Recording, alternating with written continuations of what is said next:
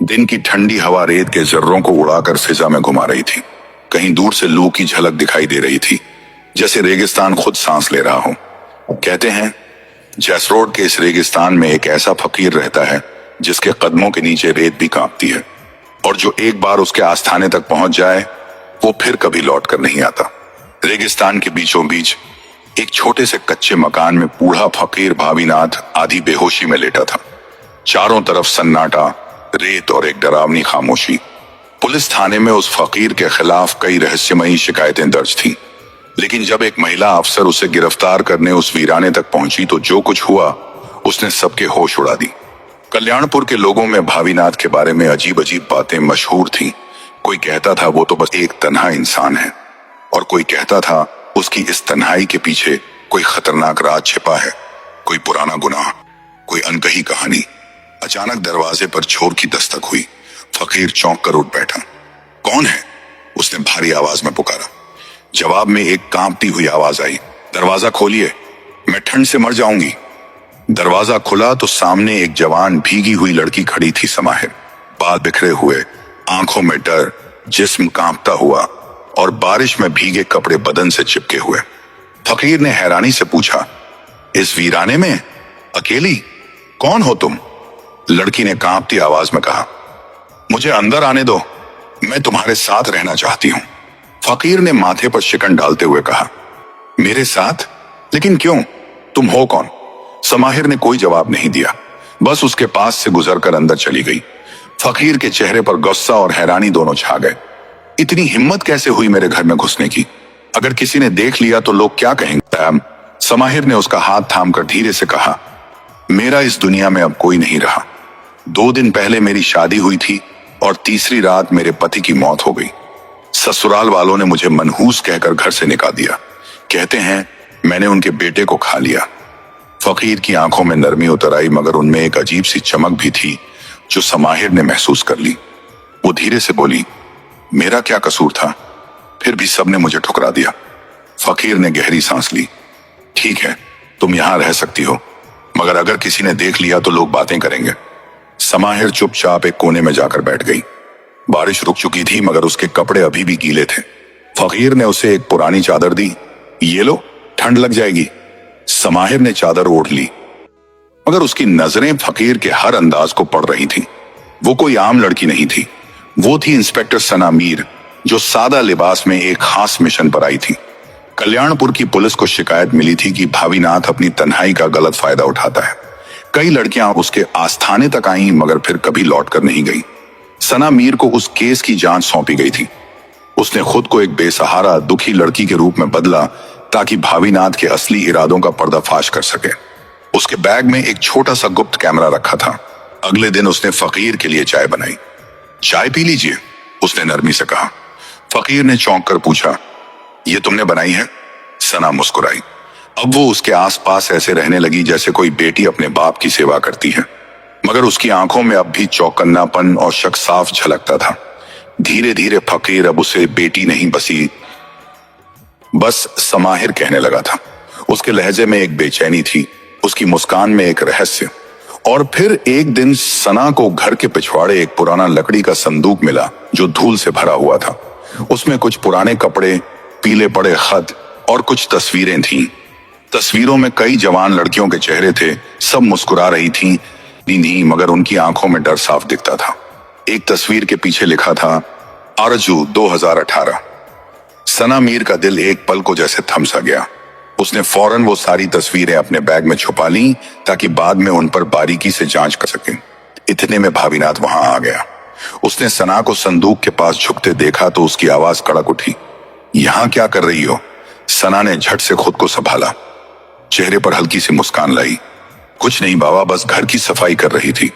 भावीनाथ ने शक भरी नजर से देखा, फिर जबरदस्ती मुस्कुराया और धीरे धीरे वहां से चला गया।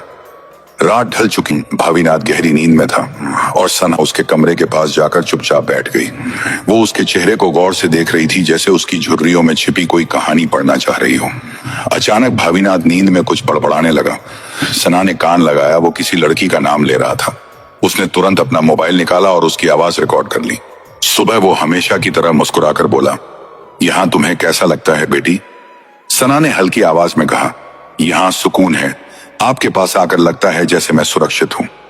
भावीनाथ ने नजरें झुका ली, मगर उसके होठों पर जो मुस्कान थी उसमें कुछ अजीब था। कोई ऐसा राज नहीं थी जो एक आम इंसान की हंसी में नहीं होता। सन्ना ने वो पल अपने नोट्स में दर्ज कर लिया। दिन बीतते गए, वो अब उसके लिए खाना बनाती, घर साफ करती, उसके कामों में मदद करती। ऊपर से देखो तो जैसे कोई बेटी अपने बूढ़े बाप की सेवा कर रही हो, मगर असल में वो हर पल उसके इरादों को पढ़ने की कोशिश कर रही थी। एक दिन सना ने पूछा, आप यहां अकेले रहते हैं, कभी तन्हाई नहीं लगती? भावीनाथ हंसा, तन्हाई मेरी साथी है, मगर अब तुम आ गई हो तो घर में फिर से रौनक आ गई है। सना मुस्कुराई, लेकिन उसके दिल में शक का नया बीज पड़ चुका था। उसी शाम जब सूरज रेत के टीलों के पीछे डूब रहा था, सना ने देखा भावीनाथ पुराने कागजों के ढेर से एक खत निकालकर जला रहा है। आग की लपटों में उसने किसी लड़की का नाम साफ देखा और उसके दिल में डर की लहर दौड़ गई। रात को जब भावीनाथ सो गया, सना दबे पांव उसके कमरे में घुसी। अलमारी के पुराने दरवाजे चरमराए और अंदर से एक पुरानी डायरी मिली। पन्ने पीले पड़ चुके थे, मगर उन पर दर्ज काले शब्द जैसे चीख रहे हों, नम्रता 2016, आरजू 2018, पलक 2019। हर नाम के साथ तारीख और छोटा सा नोट लिखा था। मैंने उसे यकीन दिलाया कि वो यहां सुरक्षित है, मगर वो लगातार रो रही थी। सना का दिल जोरों से धड़कने लगा। उसने जल्दी जल्दी पन्नों की तस्वीरें ली और अपनी रिपोर्ट में जोड़ दी। अब शक की कोई गुंजाइश नहीं रही। भावीनाथ कोई साधारण फकीर नहीं था, उसकी मासूमियत के पीछे कोई भयानक सच छिपा था। अगले दिन जब भावीनाथ किसी काम से बाहर गया, सना ने मौका देखा और घर के कोने में एक छोटा सा गुप्त कैमरा लगा दिया। कैमरे का एंगल ऐसा था कि उसके कमरे की सारी हरकतें साफ दिखें। उसने कैमरा अपने मोबाइल से जोड़ लिया। अब वो दिन हो या रात, हर वक्त नजर रख सकती थी। अब वो और करीब आने लगी। कभी उसके साथ चाय पीती, कभी बातों बातों में उसके अतीत की गुत्थियां सुलझाने की कोशिश करती। उसकी हर मुस्कान, हर खामोशी, हर आह में छिपे इशारों को वो महसूस करने लगी थी। एक दिन उसने तय किया कि वो भावीनाथ के साथ बाजार जाएगी। दोनों रेत से भरे रास्तों पर चल पड़े। हवा में धूल उड़ रही थी, आसमान सुर्ख था। गांव पहुंचते ही सना ने महसूस किया, लोग भावीनाथ को अजीब नजरों से देख रहे हैं, जैसे उनके दिल में कोई अनकहा डर हो। तभी एक बूढ़ी औरत उसके पास आई और कांपती आवाज में बोली, बिटिया, इस बूढ़े से जरा बचकर रहना, ये वो नहीं जो दिखता है। सना मुस्कुराई, चाची फिक्र मत कीजिए, मैं सब जानती हूं। उसकी आंखों में एक नई चमक थी, जैसे किसी अंधेरे में नया सुराग मिल गया हो। लौटते वक्त उसने धीरे से पूछा, तो तुम्हारे बारे में ऐसी बातें क्यों करते हैं? भावीनाथ हंसा, लोगों का तो काम है बातें बनाना, मैं तो बस एक सीधा साधा फकीर हूं। लेकिन उसकी हंसी में एक हल्की सी घबराहट थी जो सन्ना मीर की पैनी नजरों से छिप नहीं सकी। उसने सब कुछ अपने नोट्स में दर्ज कर लिया। अब उसे यकीन हो चुका था, यह तन्हाई सिर्फ खामोशी नहीं, आयना चिन्ही, बल्कि रेत में दबा हुआ एक भयानक सच है। सना मीर के सवाल अब तलवार की तरह तेज हो चुके थे। वो भावीनाथ के चेहरे के बदलते रंग देख रही थी, कभी डर, कभी घबराहट, कभी जबरदस्ती की मुस्कान। उसने नरमी लेकिन गहराई से पूछा, भावीनाथ, क्या तुम्हारे इस घर में पहले कभी कोई मेहमान आया है? फकीर का गला सूख गया। कुछ पल खामोश रहकर वो बोला, नहीं, कभी कभी कोई राहगीर ठहर जाता है, फिर चला जाता है। सना ने उसकी आंखों में देखा। अजीब बात है, ये तन्हाई किसी को भी अपनी तरफ खींच सकती है। उसके होठों पर हंसी थी, लेकिन दिल में बेचैनी। रेगिस्तान की हवा दरवाजे से टकरा रही थी, जैसे कोई तूफान आने वाला हो। अब सन्ना की जांच अपने आखिरी पड़ाव पर थी। वो कई दिनों से उसके घर में थी और हर लम्हा उसकी हर बात, हर निगाह को अपने छिपे कैमरे में कैद कर रही थी। एक शाम सन्ना ने मुस्कुराकर कहा, बाबा, तुम्हारा घर बहुत सादा है, लेकिन इसमें एक अजीब सुकून है। भावीनाथ ने धीरे से कहा, यह मेरा घर है सना, अगर तुम चाहो तो इसे अपना भी कह सकती हो। सना के होठों पर मुस्कान थी, लेकिन दिल में झटका लगा वही लहजा, वही शब्द जैसे उसकी डायरी में लिखे थे। उसने वो पल भी कैमरे में कैद कर लिया। अब बस एक आखिरी सबूत बाकी था। अगले दिन उसने नाश्ता बनाया। गर्म रोटियां रखते हुए बोली, आज कुछ खास बनाया है? फकीर ने बनावटी हंसी के साथ कहा, खास मेरे लिए? यहां और कौन है बेटी? सना ने हल्के लेकिन मायनेदार लहजे में कहा, शायद कोई पुरानी याद। उसकी हंसी थम गई, आंखों में एक साया सा कांपा कैमरा सब कुछ रिकॉर्ड कर रहा था। अब सन्ना उसके और करीब रहने लगी, कभी बातों में पुराने राज टटोलती, कभी उसकी हर हरकत को ध्यान से देखती। एक रात दोनों बाहर बैठे आसमान के तारे देख रहे थे। सना ने पूछा, बाबा, जिंदगी में क्या देखा? कोई ऐसा मिला जिसने तुम्हें बदल दिया हो? भावीनाथ बोला, जिंदगी ने बहुत कुछ दिखाया है। कुछ जख्म ऐसे होते हैं जो वक्त नहीं भरता, बस दिल में दबे रह जाते हैं, सना ने कहा। और कुछ जख्म वक्त नहीं भरता, बस पर्दे के पीछे छुप जाते हैं। फकीर चौंक गया, उसके चेहरे पर पसीना छलक आया, उसकी आंखों में कोई पुरानी कहानी उभर आई। सना ने वो लम्हा भी कैमरे में कैद कर लिया। अब उसे यकीन था, ये आदमी खतरनाक हद तक राजदार है। रात के आखिरी पहर सन्ना ने सारी रिकॉर्डिंग देखी। हर वीडियो में वही चेहरा, वही मुस्कान, वही डरावनी आंखें। अगले दिन उसने तय किया, अब सच सामने लाना होगा। शाम को वो उसके पास गई। लोग तुम्हारे बारे में बहुत कुछ कहते हैं बाबा, क्या वो सब झूठ है? भावीनाथ जोर से हंसा, लोग तो बातें बनाते हैं, मैं तो बस एक सीधा साधा आदमी हूं। लेकिन उसकी हंसी में छिपा डर सना ने महसूस कर लिया। उसने झुककर कहा, और वो लड़कियां जिनके नाम तुम्हारी डायरी में हैं? भावीनाथ का चेहरा पीला पड़ गया। तुम कौन हो? सना मुस्कुराई, जेब से पुलिस का बैज निकाला।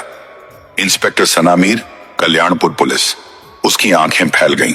सना ने मजबूत आवाज में कहा, तुम्हारे घर से मेरी डायरी, तस्वीरें और कैमरे की रिकॉर्डिंग सब तुम्हारे जुर्म की गवाही दे रहे हैं। कुछ ही देर में पुलिस की जीप पहुंची। अफसर अंदर आए और भावीनाथ को हथकड़ियां पहना दी। अब उसके चेहरे की मुस्कान मिट चुकी थी, बस डर, शर्म और सन्नाटा बचा था। कुछ हफ्तों बाद अदालत में मुकदमा चला। सना मीर ने गवाही दी। मिल्जिम के घर से मिली डायरी में कई लड़कियों के नाम और तारीखें दर्ज थीं। रिकॉर्डिंग में उसकी घबराहट और निगाहों में छिपा डर सब बयान कर रहे हैं। गवाहों ने भी कहा कई लड़कियां उसके यहां आईं मगर लौटी नहीं। अदालत ने फैसला सुनाया, भावीनाथ को उम्र कैद। फैसले के बाद जब सना मीर थार के सुनहरे रेगिस्तान में खड़ी थी, हवा में उड़ती रेत के साथ एक अजीब सुकून था। उसने आसमान की तरफ देखा और धीरे से कहा, इंसाफ शायद देर से आता है मगर आता जरूर है। रेत की हवा उसके बालों से गुजरी, जैसे खुद फितरत उससे कह रही हो, सच कभी दफन नहीं होता, वक्त आने पर रेत से उभर ही आता है। थार की यह दास्तान साबित करती है कि तन्हाई हमेशा मासूम नहीं होती, कभी कभी उसके अंदर खौफनाक राज छिपे होते हैं। इंस्पेक्टर सना मीर ने न सिर्फ एक गुनहगार को बेनकाब किया, बल्कि ये दिखाया कि कानून और सच्चाई की आवाज रेत के जर्रे जर्रे में भी जिंदा रहती है।